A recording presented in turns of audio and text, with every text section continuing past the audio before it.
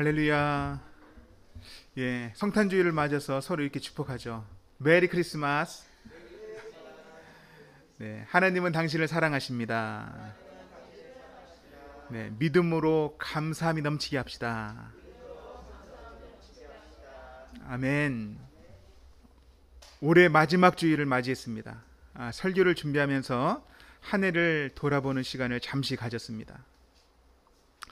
1월달, 2월달, 3월달, 4월달, 5월달, 6월달, 7월달, 8월달, 9월달, 10월달, 11월달, 12월달 다 조금씩 돌아보면 하나님의 손길이 안 미친 곳이 없다, 이런 생각이 들었습니다.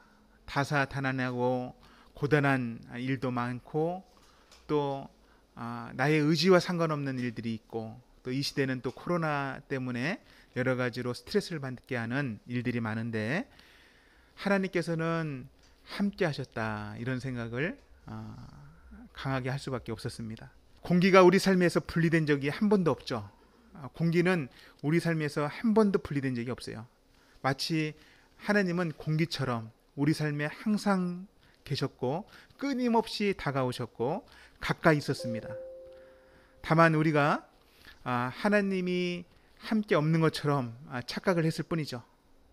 하나님은 언제나 어디서나 함께 하셨는데 또 오래 참아주시고 기다려주시고 이해해주시고 수용해주시고 사랑해주셨는데 저희들이 그것을 못 본 것이죠.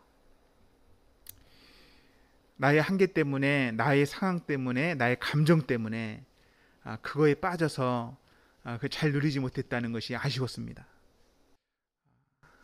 하나님께서는 한 해를 돌아보니 합력해서 선을 이루셨어요.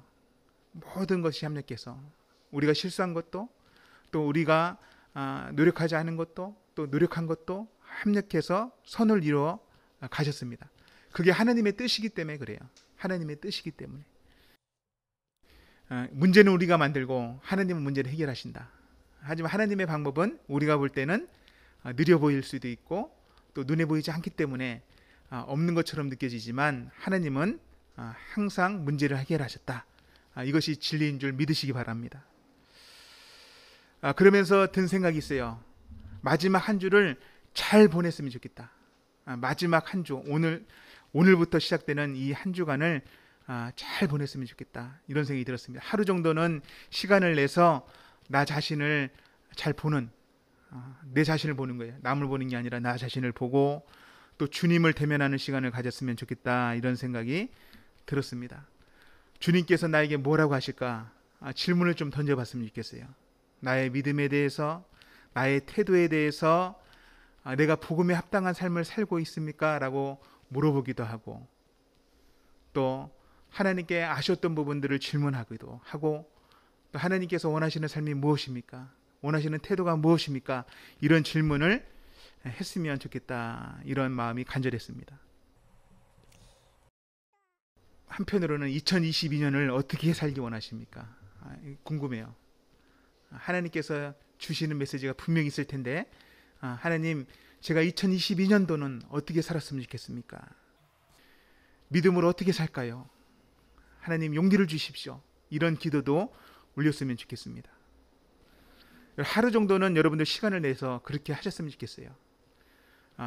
부부가 서로 배려해주면 좋고 또 내가 시간을 결단하면 방법이 나옵니다. 방법이 나와요. 먼저 배려해주고 또 방법을 찾아가면 하나님께서 그 시간을 주실 줄 믿습니다. 오늘 말씀도 성도들이 가지고 있는 복음이 무엇이며 믿음에 합당한 삶, 복음에 합당한 삶이 무엇인지 사도 바울이 오늘 말씀을 통해서 알려줍니다.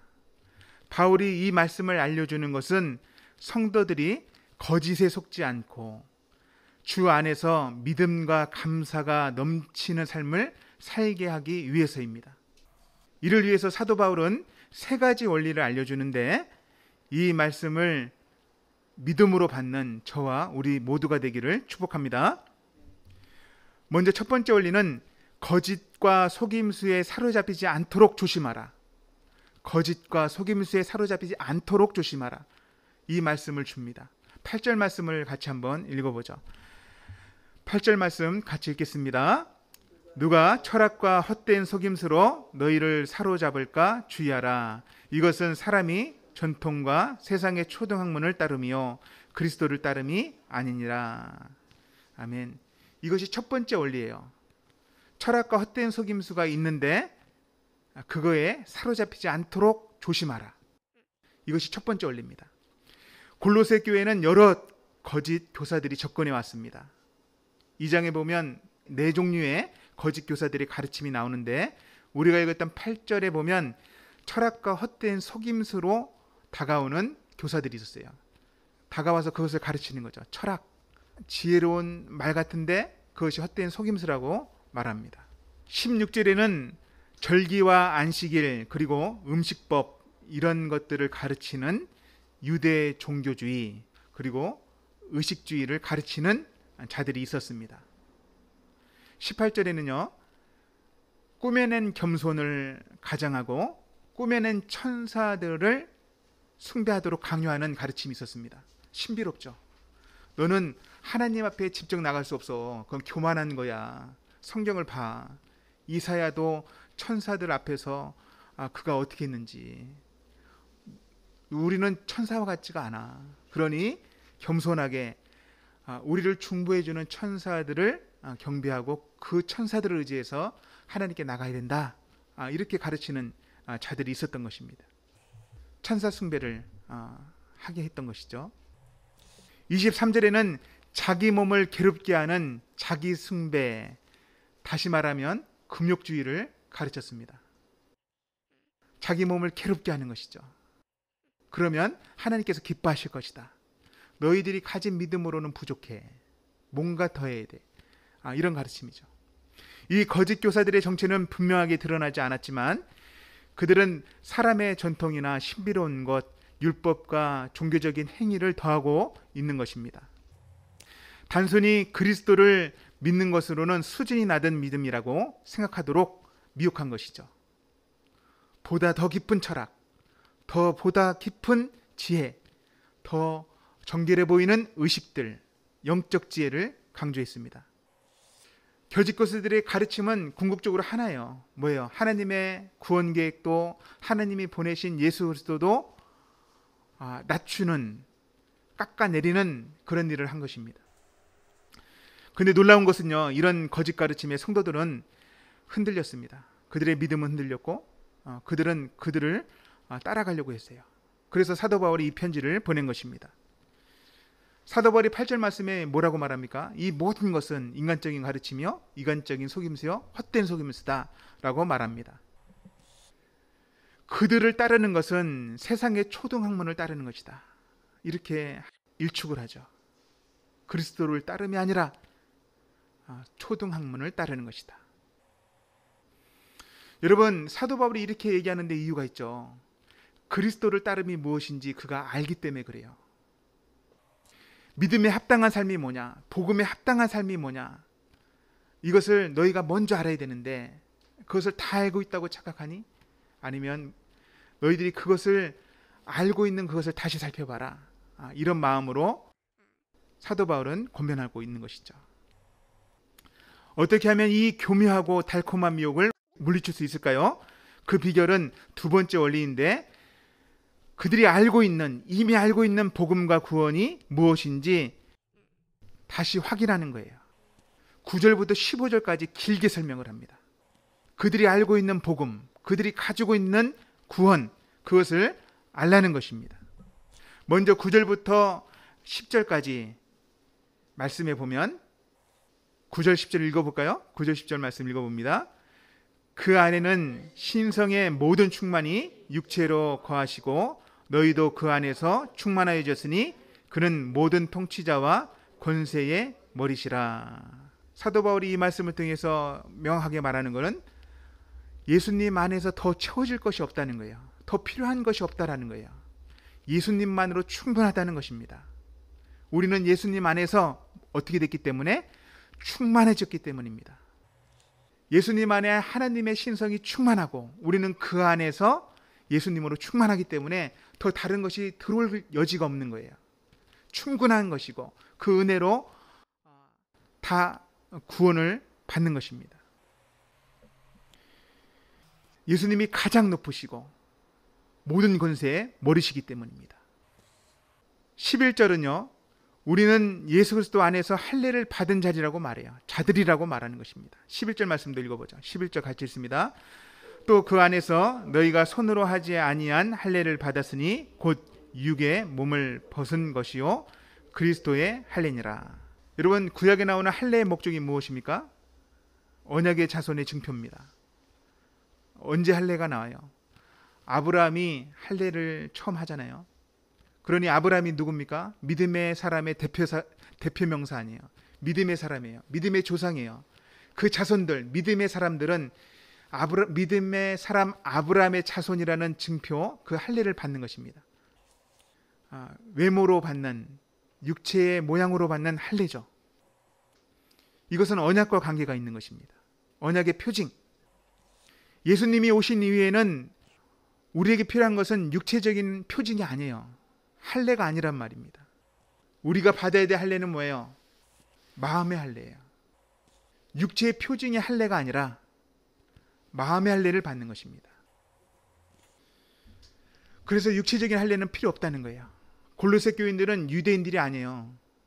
근데 이 거짓 교사들이 와서 네가 가지고 있는 믿음, 네가 가지고 있는 구원은 부족해. 할례를 받아야 돼. 우리들처럼 아브라함의 자손처럼 할례를 받아야 돼. 이렇게 권면하고 이렇게 유혹했을 때 사람들이 넘어간다는 거예요. 내가 부족한가? 근데 바울이 다시 가르쳐주는 것은 너희들은 예수 안에서 마음의 할례를 받았기 때문에, 손으로 하지 아니한 할례를 받았기 때문에 더 필요 없다. 이렇게 알려주는 것이죠. 12절 13절 말씀에는 할례뿐만 아니라 주와 함께한 세례를 받은 자들이다 라고 알려줍니다. 12절 13절 말씀도 같이 한번 읽어봅니다. 같이 읽겠습니다. 너희가 세례로 그리스도와 함께 장사되고 또 죽은 자들 가운데서 그를 일으키신 하나님의 역사를 믿음으로 말미암아 그 안에서 함께 일으키심을 받았느니라. 또 범죄와 육체의 무할례로 죽었던 너희를 하나님이 그와 함께 살리시고 우리의 모든 죄를 사하시고. 아멘. 우리는 하늘뿐만 아니라 예수님과 함께 뭘 받았다? 세례를 받았다. 세례가 무엇입니까? 물속에 들어가는 거예요. 죽음의 바다에 들어가는 거예요. 예수님과 함께 우리의 육체는 죽고 예수님과 함께 다시 살아나는 것. 예전에 예수님이 오셨을 때 세례 요한한테 세례를 받을 때도 요단 강가에 가서 물에 잠기는 세례를 받았어요. 사람이 물에 잠기면 죽는 것이죠. 그리고 죽었다가 다시 살아나는 것입니다. 옛사람은 죽는 것이요 새 사람은 살아나는 것이 세례입니다. 바울은 다시 그것을 알려주는 거예요. 그들에게 알려주는 것입니다. 우리가 그리스도와 함께 세례를 받아 그분과 함께 죽었고 그분과 함께 살아난 자들이라고 말합니다. 여기서 중요한 것은 부정과거형을 써요. 살아날 것이다. 살아나고 있다가 아니라 살아났다. 살아났어. 예수님과 함께 살아났어. 부활을 이미 너희들이 경험한 거야. 아멘이십니까? 예수님 믿을 때 우리에게 영생이 있음을 믿으십니까? 우리의 구원과 영생은 죽어서 얻는 게 아니에요. 예수님 믿을 때 우리에게는 영생이 주어지는 것입니다. 그래서 우리가 언제 죽어도 우리의 생명은 죽지 않는 생명이 있기 때문에 두려워하지 마시기 바랍니다.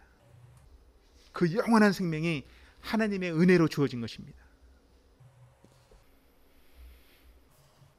사도 바울이 부정과거형을 계속 쓰면서 확실한 구원, 확실한 믿음, 이것을 알려주는 거예요.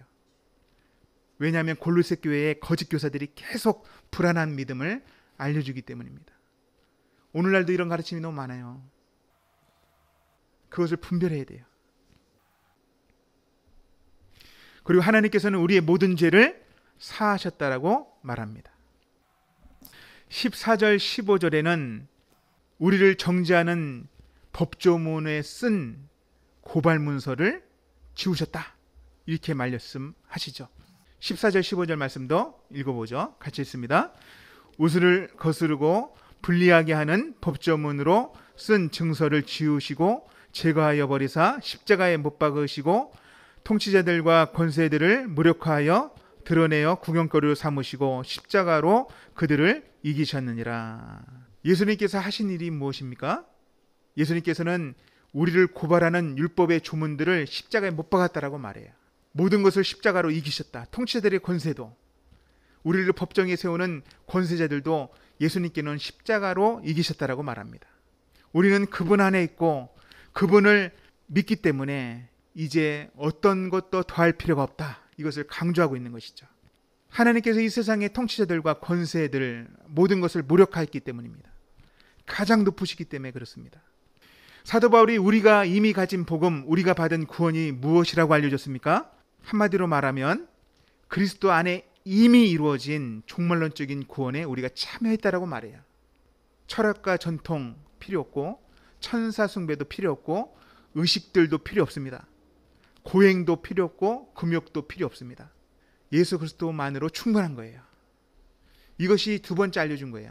첫 번째는 거짓 교사들이 있는데 미혹되지 마라. 우리가 가진 복음이 무엇인지 알아라. 이게 두 번째입니다. 이 두 번째 원리예요.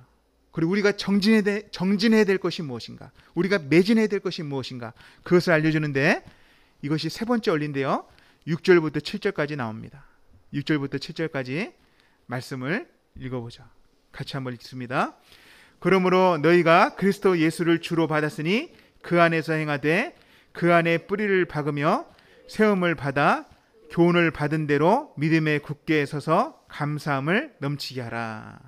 아멘. 너희가 믿음에 굳게 서서 감사함을 넘치게 하려면 전제 조건이 있는데 첫 번째는 뭐예요? 우리가 예수님을 우리 주님으로 받았으니 모셔드렸으니 그 안에서 행동하라는 거예요.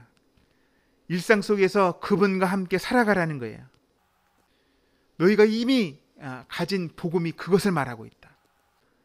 살아계신 예수님을 모셔드렸으니 그분과 함께 뭐하라? 살아가라. 이것이 사도 바울이 강조하는 거예요. 감사함이 넘치는 삶을 원한다면 그분을 일상에 모시고 살아가라. 두 번째는 바울이 뭐라고 말합니까? 식물처럼 예수님께 뿌리를 내리라. 더 정확하게 표현하면 너희는 식물처럼 예수님께 뿌리를 내리고 있다. 이미 내렸다라고 말해요. 내리고 있다면 그 다음에 뭐 하는 것입니까?